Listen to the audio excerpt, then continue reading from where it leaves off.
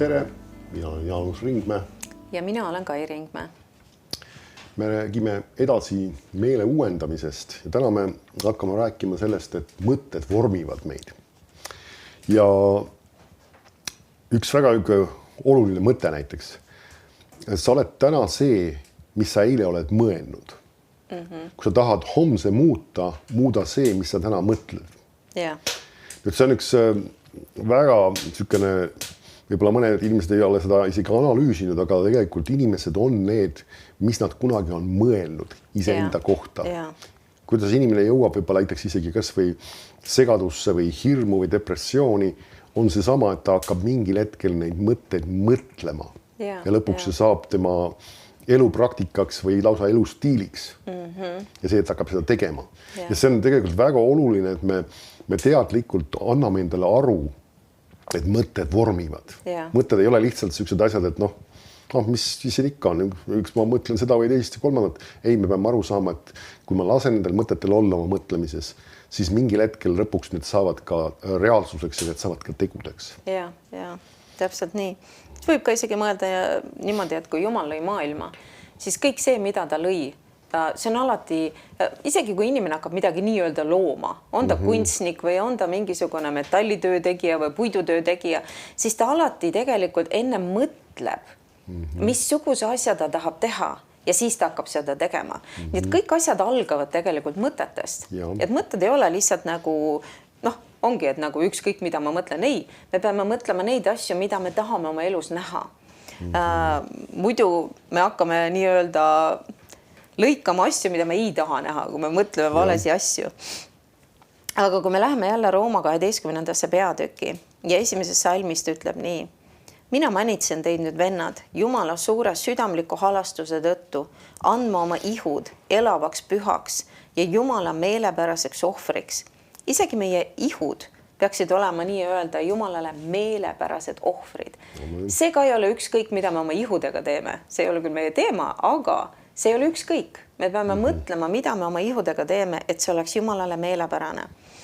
Ja see olgu teie mõistlik Jumala teenistus. Ja ärge saage selle maailma sarnaseks, vaid muutuge teiseks oma meele uuendamise teel, et te uuriksite, mis on Jumala hea ja meelepärane ja täielik tahtmine.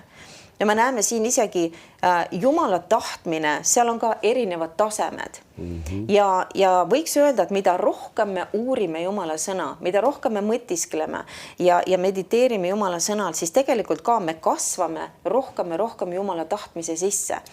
Et seal on see Jumala hea tahtmine, Jumala meelepärane tahtmine ja Jumala täielik tahtmine. Nii et kui me tahame jõuda Jumala täieliku tahtmise sisse, siis see võtab seda, et me võtaksime aega, et uurida Jumala sõna. Uurida. Aga jälle ärge saage selle maailma sarnaseks, sest et me räägime mõtetest ja nagu sa ütlesid, mõtted vormivad meid. Ja tegelikult see maailm, sellest maailmast on üks selline surve tegelikult kristlaste peale. Et jälle, sest et mida maailm tahab teha? Maailm tahab meid vormida enda järgi. Ja sellepärast on see surve.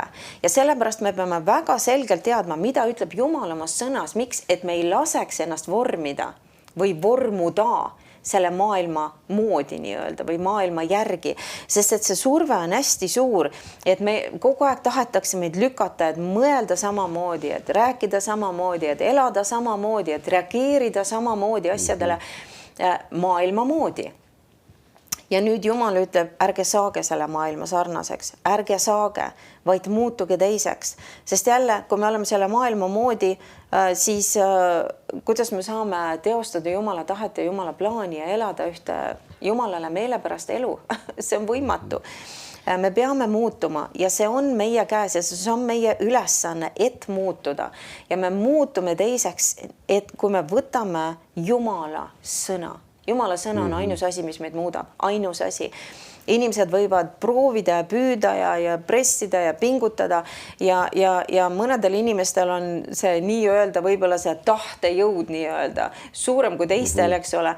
Ja võib-olla me saavutame ühte teist on ju natukene, aga mis meid tõeliselt muudab, on Jumala sõna. Jumala, sest et jälle, Jumala sõna ei ole nagu lihtsalt mingi tavaline raamat, vaid Jumala sõna, ta ütleb, on elav ja on vägev. Ja see on see, mis vormib meid ja see on see, mis muudab meid ja see on see, mis teeb meist tööd. Et kui me võtame Jumala sõna ja kui me mõtleme Jumala sõna peal, nüüd see on see, mis muudab meid. See on see, mis toob meile abi. Sest jälle, inimesed vahest tahavad, mis on jälle tegelikult selle maailma moodi. Tahetakse asju kogu aeg kiiresti ja kähku. Kiiresti ja kähku. Tule pastor, tule pane mulle käed peale, tule palu mu eest, et mu mõtlemine saaks korda. Et ma mõtleksin õigeid asju, õigeid mõtteid. Nii see ei käi. Sest et muidu, kui see käiks nii, siis Jumal oleks kirjutanud selle oma sõnasse. Kutsuge oma pastor või oma koguduse vanemad on ju, ja nüüd nemad pangu oma käed teie peale ja palugu, et teie mõtted saaksid õigeks või et teie mõtlemine saaks korda. Ei, ta ei ütle seda.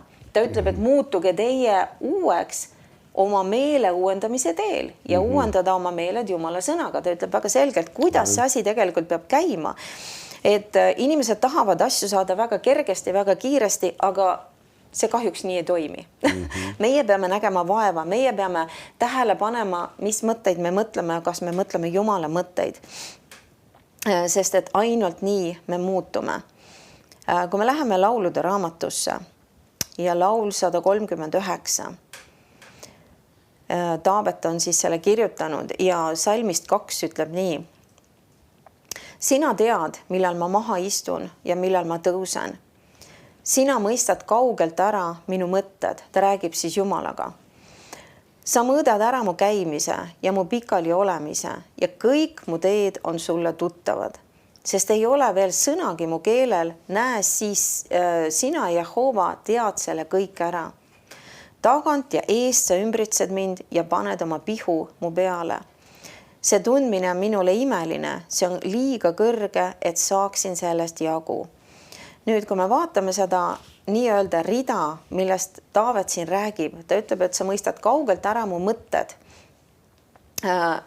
See on üks huvitav mõte. Sest et jälle, kui iga kristlane tegelikult võtaks seda väga tõsiselt ja usuks päriselt ka seda, et Jumal näeb isegi igat minu mõtet, siis ma arvan, et me kõik distsiplineeriks oma mõttemaailma palju-palju rohkem. Sest et kui me saame aru, et apikene Jumal näeb oma mõtteid, siis ma hakkan mõtlema apikene, mille peale ma mõtlen, et kas see, mida ma mõtlen, on üldse nagu Jumalale vastuvõetav.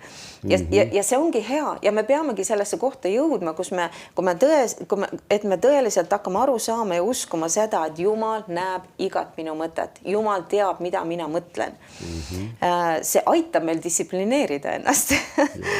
Aga nüüd, mis ta ütleb, sa mõõdad ära mu käimise ja mu pikali olemise. Mis see tähendab? Nüüd, nagu me enne ka mainisime, see, mida mina mõtlen, see ei jää lihtsalt tegelikult mõtteks. See ei jää ainult minu kahe kõrva vahele. Kui ma mõtlen mingi asja peale piisavalt kaua, siis ma hakkan seda varem või hiljem tegelikult teostama, seda mõtet. Nüüd see tähendab seda, et see mõjutab seda, kuhu ma lähen. See mõjutab seda, mida ma teen, sest ta ütleb jälle, ja kõik mu teed on sulle tuttavad.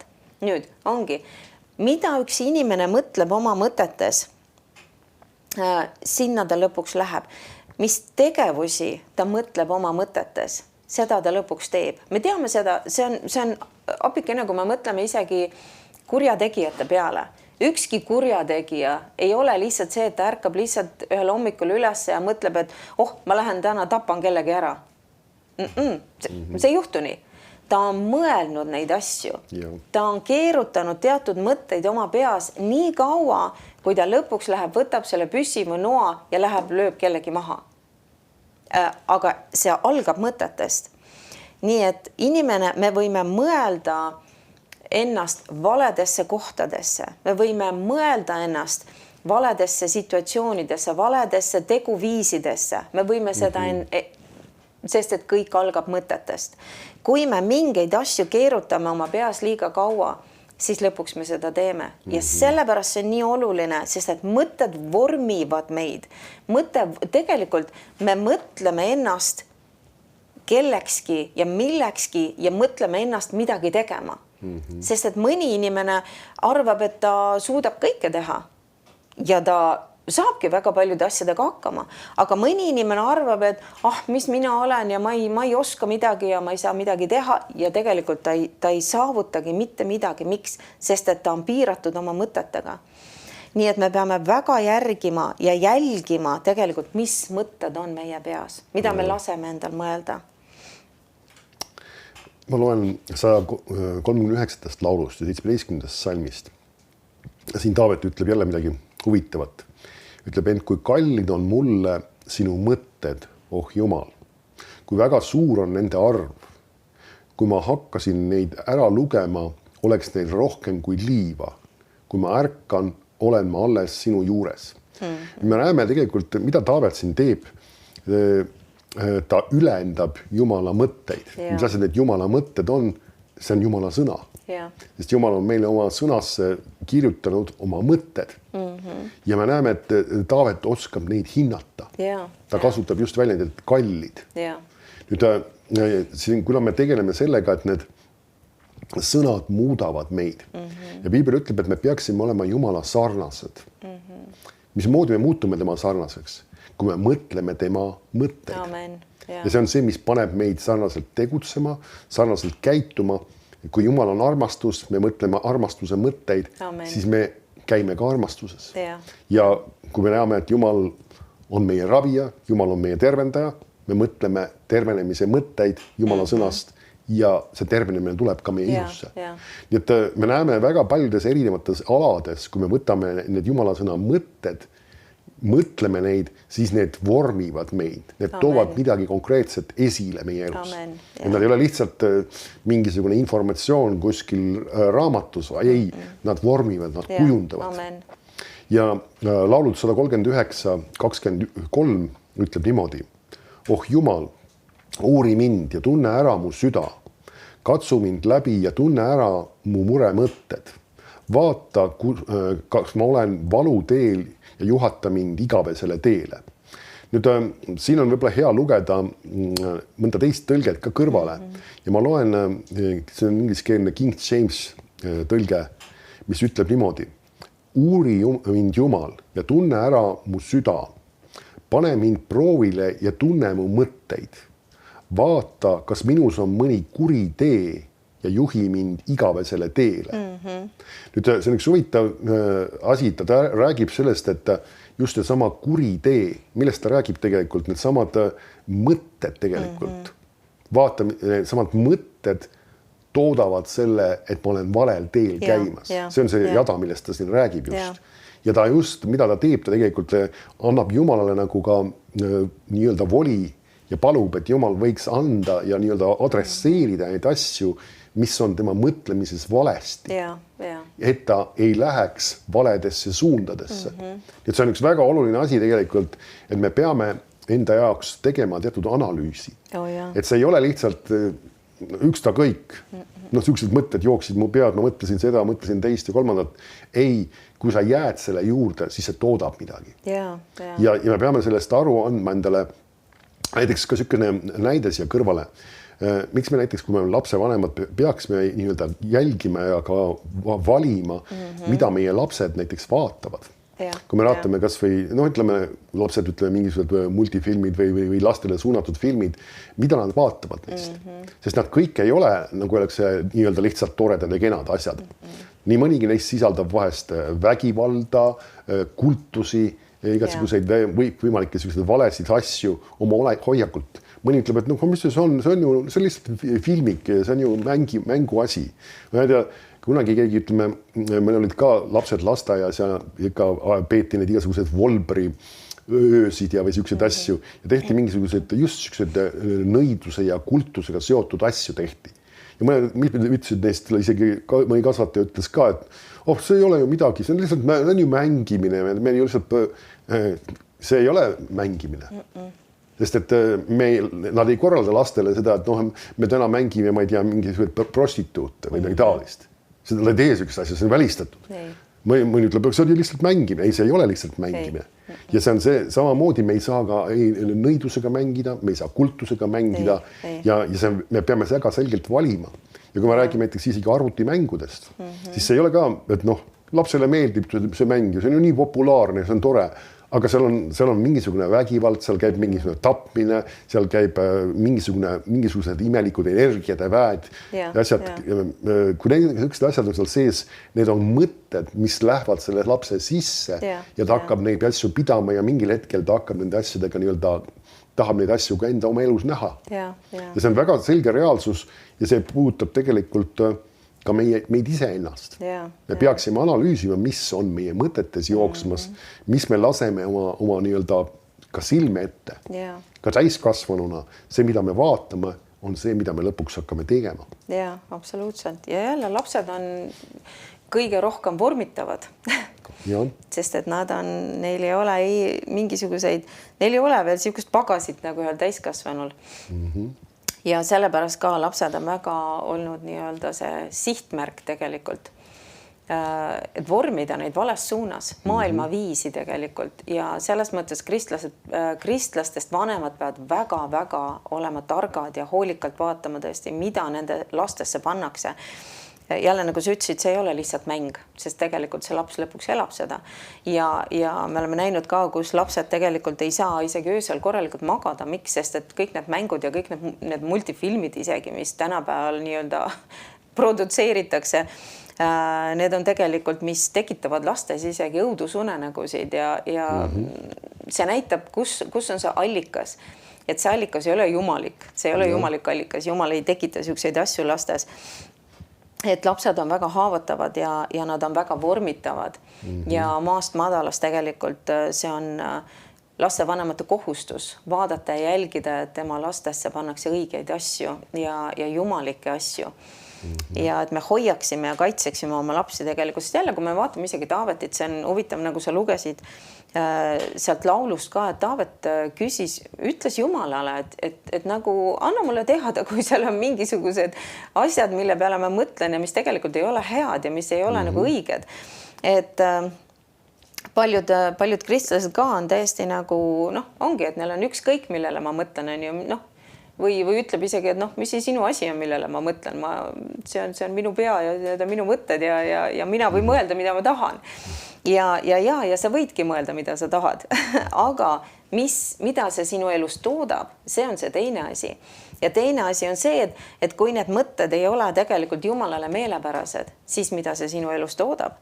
Ja kas see tõesti sulle ei lähe korda, et sa teed midagi, mis Jumalale ei meeldi. Või see, et kus Jumal peab nii-öelda tõmbuma eemale, sellepärast, et su mõtted on nii kas nagu rüvedad või isegi kurjad. Et see ei ole ükskõik, see on väga oluline, kuhu me oma mõtted laseme. Ja kui me vaatame esimese Moosese raamatusse 6. peatüki ja 5. ja 6. salm ütlevad nii. Kui Jehova nägi, et inimese kurjus maa peal oli suur, ja kõik ta südame mõtlemised iga päev üksnes kurjad, siis Jehova kahetses, et ta inimese oli teinud maa peale ja ta süda valutas. Nüüd, kui raske see võis olla Jumalale selles mõttes, et tema lõi inimese, et inimene oleks temaga osaduses, et inimene oleks tema oma, tema sõber, tema tütred ja tema pojad. Ja nüüd, mis juhtus, inimene langes pattu ja nüüd on jõudnud inimene sellesse kohta, kus kõik ta südame mõtlemised iga päev on nad kurjad. Ja jälle, me näeme siin seda ka, et kui me ei distsiplineeri oma mõttemaailma, siis see läheb seda rada. Miks? Sest et see maailm, kogu see maailmasüsteem on tegelikult langenud. Ja see kurjus on meie ümber, igal pool kurjus ja rüvedus ja pimedus. Ja kui me ei distsiplineeri oma mõtteid, siis on väga lihtne nii-öelda tulema valed ja halvad mõtted tegelikult meie pähe, sest et nad liiguvad kogu aeg siin ringi ja neid pakutakse meile kogu aeg. Ja sellepärast me peamegi väga jälgima, millele ma mõtlen. Ja ta ütleb siin, et südame mõtlemised olid iga päev ainult kurjad. Ja jälle, miks nad olid kurjad? See ongi see, et kurat oli neid inspireerimas. Kurat oli nende mõtete allikas, sest et need on siin selles maailmasüsteemis. ja jälle, me peame isegi selle peale mõtlema, et meil on 2 sorti mõtteid. Ma saan mõelda kas Jumala mõtteid või kuradi mõtteid. Ja see on nüüd see ka, kus me saame väga selgelt nagu, et okei, kas see mõte, mis on minu peal, kas see läheb kokku Jumala sõnaga ja kui ta ei lähe Jumala sõnaga kokku, siis kelle mõte see on? Kust allikast see mõte on tulnud? Mis selle mõtte taga on? Mis emotsioone see minus tekitab? Mida see mõte nii-öelda ärgitab mind tegema?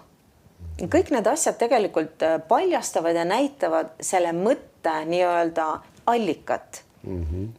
Et mõtted ei tule meile lihtsalt meist endast. Mõtted tulevad kuskilt.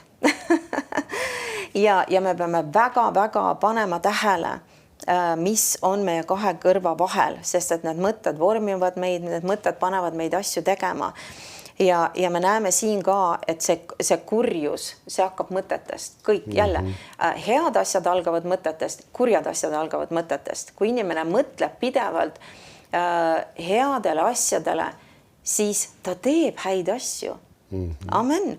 Ja kui inimene mõtleb ja keerutab oma peas kurje mõtteid ja halbu mõtteid kellegi teise suunas, siis varem või hiljem ta läheb ja ta teeb selle ära. Nii et meie teod tegelikult algavad kõik meie mõtetest. Ja nüüd me teame, et siin selle loo juures on see, et Jumal leidis ühe mehe, kelle mõtted ei olnud ainult kurjad ja see oli Noa. Ja me teame seda veeuputuse lugu.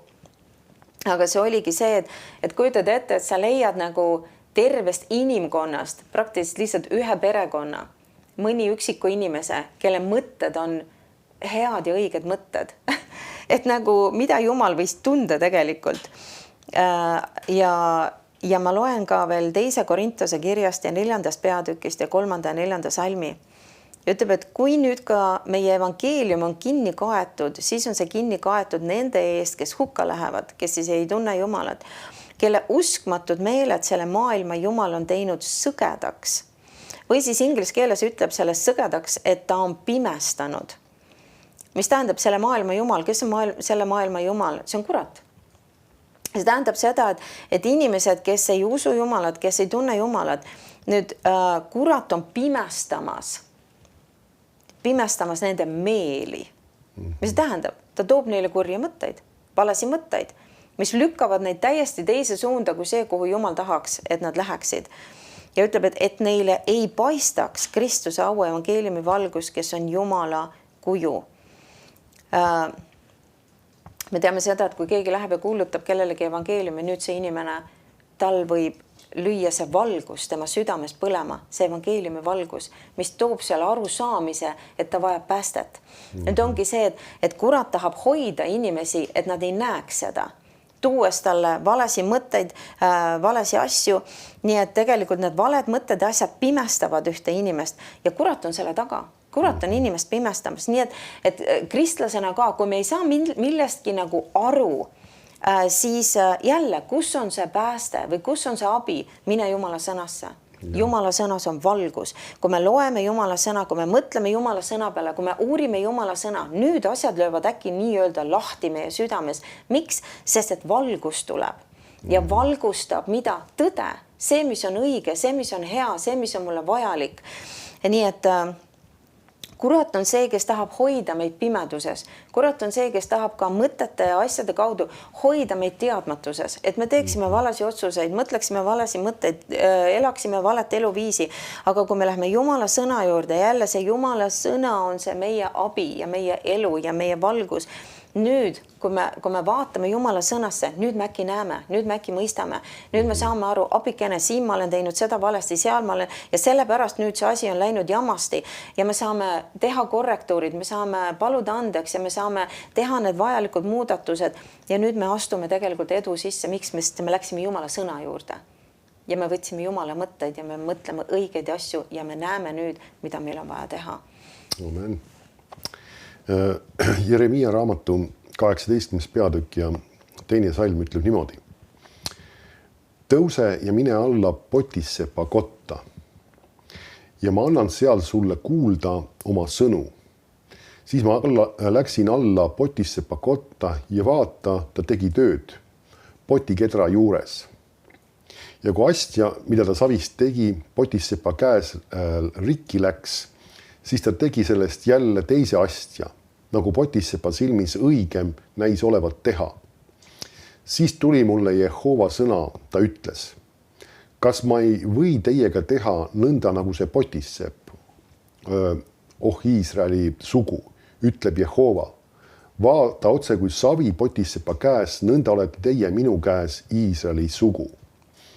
Nüüd ta toob selle võrdpildi sellest potissepast. See ei ole mitte see pottsepp, natuke on teine amet. See on see inimene, kes siis teeb savist potte. Ja tal on seesama see potikeder, nagu nimetakse seda, on siis põhimõtteliselt selline huvitav nii-öelda laud või asi, mis keerleb ringi ratast. Ma arvan, et paljud võib-olla on näinud seda kuskil, siis võib-olla kas või isegi mingis filmis või asjas. Ja siis ta nende kätega siis vormib seda pöörlevat savi ja sellest tuleb üks anum siis või iganes pott, see siis on parasjagu. Ja me näeme, kus kohas nüüd see pott oli alguses. Ennem seda, kui teda seal selles kohas ei olnud, ta oli selle sama potissepa mõtetes. Tal oli üks kujutlus sellest, missuguse anuma ta tahaks teha, missuguse kujuga. Ja mis ta teeb, ta hakkab seda siis vormima, seda sama savi. Ja nüüd ta ütleb ka, et meie oleme ka Jumala käes otse kui savi ja me näeme, mismoodi Jumal ka vormib meid ka just nende Jumala sõna mõtetega. Annab meile konkreetselt siis selle vormi, nagu ta tahab meid näha. Amen. Ja see on, siin me peame aru saama, et sõnad vormivad. Nüüd me peaksime just pöörama sellele tähelepanu, kuidas Jumala sõnad võivad meid positiivselt vormida. Nüüd õpetussõnade 23. salm ja ka 6. salm või siis inglise keeles ütleb ka 7. salm, ma loen kohe siis tegelikult ingliskeelse tõlke kaudu, ütleb niimoodi, sest nagu ta mõtleb oma südames, selline ta on. Söö ja joo, ütleb ta sulle, aga tema süda ei ole sinuga. Nüüd me näeme seda, et ta toob tegelikult välja ühe olulise detaili, et inimene on selline, nagu ta mõtleb oma südames.